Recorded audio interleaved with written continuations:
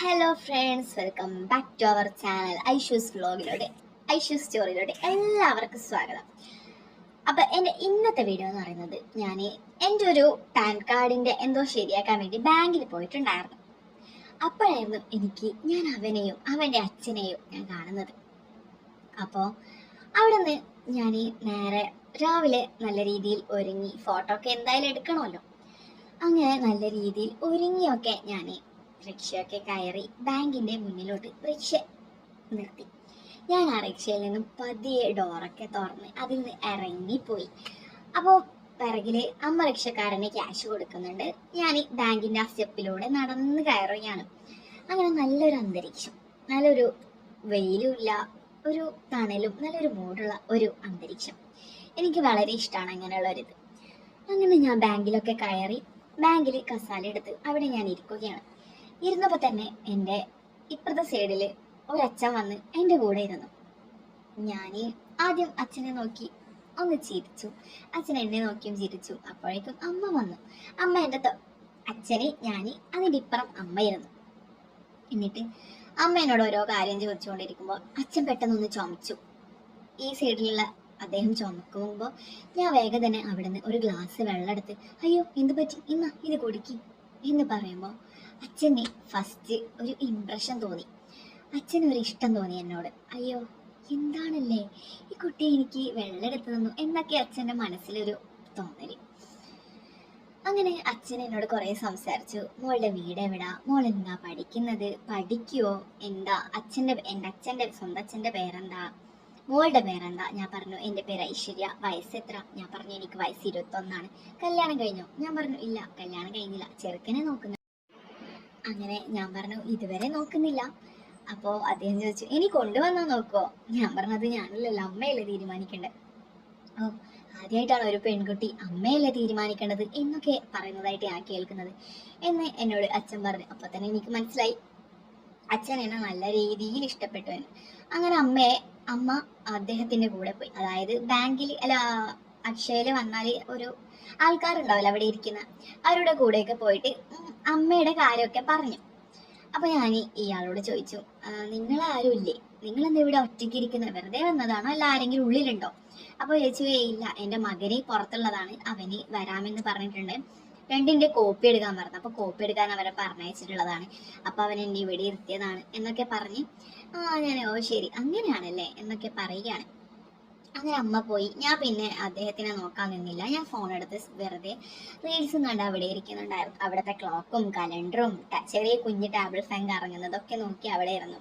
നമ്മുടെ അക്ഷയ സെന്ററത്തൊക്കെ നമുക്ക് അറിയാലോ, ഒരു ഇരുണ്ട് ഒരു പൂപ്പല് പിടിച്ച പോലത്തെ മതിലും ഒരു ചുറ്റിറിടും എനിക്ക് അങ്ങനെ ഇഷ്ടപ്പെട്ടില്ല. അങ്ങനെ ഞാൻ ബാങ്കിൽ നിന്ന് ബാങ്ക് അങ്ങനെ ഞാൻ അക്ഷയ സെന്ററിൽ അങ്ങനെ ഞാൻ മെല്ലെ അതിൽ നിന്നും പുറത്തോട്ട് ഇറങ്ങി. എന്തിനാണ്? പുറത്തിലുള്ള കാഴ്ചകൾ കാണാൻ, ലോറിയും കാറും ഒക്കെ പോകുന്നത് കാണാൻ എനിക്ക് ഇഷ്ടപ്പെട്ടു. അങ്ങനെ ഞാൻ അവിടെ നിൽക്കുമ്പോൾ ഒരു പയ്യൻ, അതായത് കണ്ടപ്പോൾ തന്നെ എൻ്റെ കിളി പറത്തി. അതായത് എന്താണെന്ന് വെച്ചാൽ ഒരു നല്ല രസമുള്ള നല്ല സ്ട്രൈറ്റ് മുടിയല്ല പറയേണ്ടത്, അവൻ്റെ ബോഡി നല്ല ഒരു 6 പാക്കും നല്ല മസിലൊക്കെയുള്ള നല്ല ഹൈറ്റും വെയിറ്റുള്ള ഒരു ചെക്കൻ. അവന് അവിടെ ഉണ്ടായിരുന്ന ആ തൂണിൽ ഇങ്ങനെ കൈവച്ച് പോകുന്നുണ്ടായിരുന്നു. അപ്പൊ ഞാൻ ആ തൂണിൽ അവിടെ ഇങ്ങനെ നിൽക്കായിരുന്നു. അവന്റെ കൈ ഇങ്ങനെ കൊണ്ടുപോയിട്ട് ഞാൻ എത്തുമ്പോൾ കൈ ഒന്ന് പൊക്കി പിടിച്ച് ഇപ്പുറോട്ട് പോകുമ്പോൾ ഞാൻ ഇങ്ങനെയാണ് അവന്റെ കൈ നോക്കിയത്. അത്രയും അവിടെ നിൽക്കുമ്പോൾ മോനെ മനസ്സിൽ ഇട്ട് പൊട്ടി എന്നുള്ളൊരു വാക്കാണ് എനിക്ക് പറയാൻ തോന്നിയത്. കാരണം അവനെ കണ്ടപ്പോൾ തന്നെ എൻ്റെ എല്ലാ കിളികളും, എൻ്റെ വന്ന കിളികൾ അവൻ പറത്തി വിട്ടു. അതുപോലുള്ള ഒരു പയ്യൻ എനിക്കാണെങ്കിൽ അത്രയ്ക്ക് ഇഷ്ടപ്പെട്ടു. കയ്യിൽ എന്ന് പറയുന്നത് ഇത്രക്കുള്ള കൈയായിരുന്നു ഇട്ടിട്ടുണ്ടായിരുന്നത്. അവിടെ ഒരു കറുത്ത ചരട്, കയ്യിലൊരു കറുത്ത ചരട്, ഒരു കറുത്ത മുത്തുള്ള ഒരു കൈച്ചേനും, അതൊക്കെ ഇവിട്ട് നല്ല പെർഫ്യൂം. ബോയ്സിന് ഏറ്റവും അട്രാക്ട് ചെയ്യുന്നത്, ആണുങ്ങളോട് എനിക്ക് പറയാനുള്ളത്, പെണ്ണുങ്ങൾക്ക് ഏറ്റവും അട്രാക്ഷൻ തോന്നുന്ന ഒരേ ഒരു കാര്യമാണ് പെർഫ്യൂം എന്ന് പറയുന്നത്. നിങ്ങൾ എത്രത്തോളം പെർഫ്യൂം അടിക്കുന്നോ അത്രത്തോളം പെണ്ണുങ്ങൾ നിങ്ങൾക്ക് ഇങ്ങനെ ആകർഷിപ്പിക്കാൻ പറ്റും. ഞാൻ ഒരാളുടെ ലുക്കിനെ കാട്ടി ഞാൻ വീഴുന്നത് അവരുടെ പെർഫ്യൂമിലാണ്. അവരുടെ സ്പ്രേ മണത്ത് കഴിഞ്ഞാൽ എൻ്റെ പൊന്നു സാറന്മാരെ എൻ്റെ കിളിവോ. അങ്ങനെയാണ് എനിക്ക് അവിടെ സംഭവിച്ചത്. അതായത് സ്പ്രേയും ഒന്നാമത് ഇവ ഭയങ്കര ലുക്കാണ്. ഞാൻ കാണുമ്പോ തന്നെ എന്റെ കിളി പോയേക്കണ്. അങ്ങനെ അവന് ആ അക്ഷയ സെന്ററിലോട്ട് ഉള്ളിലോട്ട് കയറി. അപ്പൊ എനിക്ക് തോന്നി ഇവന്റെ പിറകിലേ പോയെങ്കിൽ അതൊരു ചമ്മലായിരിക്കും. അവൻ വിചാരിക്കും ഞാൻ അവനെ കാണാൻ വേണ്ടി പോയതാണെന്ന്. അങ്ങനെ ഞാൻ അവന്റെ പിറകെ ഒന്നും പോയിട്ടില്ല. ഞാൻ അവിടെ നിന്ന് കുറെ മയങ്ങി കളിച്ച് ഞാൻ മെല്ലെ ഉള്ളിലോട്ട് ചെന്നു. ആദ്യം അവിടെ നിന്ന് കുറെ ചിന്തിച്ചു. കാറുകളും നോക്കി, അവനെ നോക്കി, അവനേതാ, അവൻ പോയി കാണോ, അവന്റെ കാര്യം സാധിച്ചു കാണോ, അവൻ വന്ന കാര്യം കഴിഞ്ഞിട്ടുണ്ടാവോ, ഇനി ഞാൻ കയറുന്ന സമയത്ത് അവൻ പുറത്തിറങ്ങോ എന്നൊക്കെ അവിടെ നിന്ന് ചിന്തിച്ചുകൊണ്ടേയിരുന്നു. അവസാനം ഞാൻ വിചാരിച്ചു പോയിക്കാം, എന്തായാലും പോയേക്കാം എന്ന് വിചാരിച്ച് ഞാൻ അവിടെ നിന്ന് ആ ചെരുപ്പ് ഊരി അതിൻ്റെ ഉള്ളിലോട്ട് കയറുമ്പോഴേക്കും അവിടെ നിന്ന് ഞാൻ സംസാരിച്ചുകൊണ്ടുണ്ടായിരുന്ന എൻ്റെ ആ അച്ഛൻ എന്നോട് ചിരിക്കുകയാണ്. ഞാനും ആ അച്ഛനോട് ചിരിച്ചു. ഞാൻ അച്ഛനോട് ചോദിക്കാൻ വിചാരിച്ചു, ഇവിടെ ഒരു പയ്യൻ വന്നില്ല, അവൻ എവിടെ പോയി എന്ന് ചോദിക്കാൻ വിചാരിക്കുമ്പോഴേക്കും ഞാൻ ഇരിക്കേണ്ട സീറ്റിന്റെ ഇപ്പുറം ആ പയ്യൻ ഇരിക്കുന്നുണ്ട്. മോനെ, മനസ്സിൽ വീണ്ടും ലഡ്ഡു പൊട്ടി എന്ന് വിചാരിച്ച് ഞാൻ വേഗം തന്നെ ഒന്നും ചിന്തിക്കാതെ അച്ഛനോട് സംസാരിക്കുന്ന രീതിയിൽ അച്ഛനെ നോക്കിയിട്ട് അവിടെ ഞാൻ ഒന്നിരുന്നു.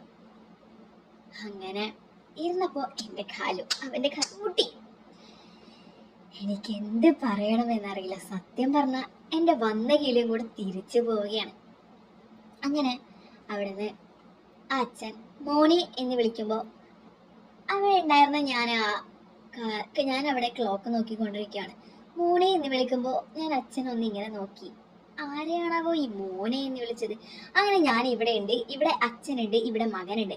അച്ഛൻ ഇങ്ങനെ മകനോട് സംസാരിക്കുകയാണ്, മകൻ ഇങ്ങനെ അച്ഛന് റിപ്ലൈ കൊടുക്കുകയാണ്.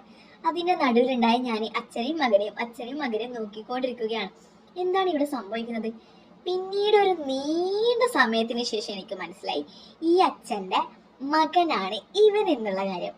സത്യം പറഞ്ഞ എന്റെ കിളിയൊക്കെ പറന്നുപോയി.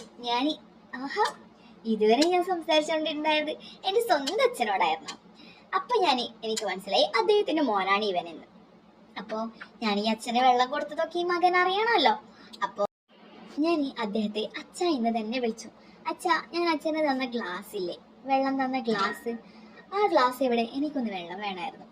അങ്ങനെ അച്ഛൻ എനിക്ക് അവിടെ ബാക്കിൽ തന്നെ ജനൽ ഉണ്ടായിരുന്നു, അവിടെ ഒരു ഗ്ലാസ് എടുത്ത് എനിക്ക് തന്നു. ഇതാ ഗ്ലാസ് എന്ന് പറഞ്ഞു.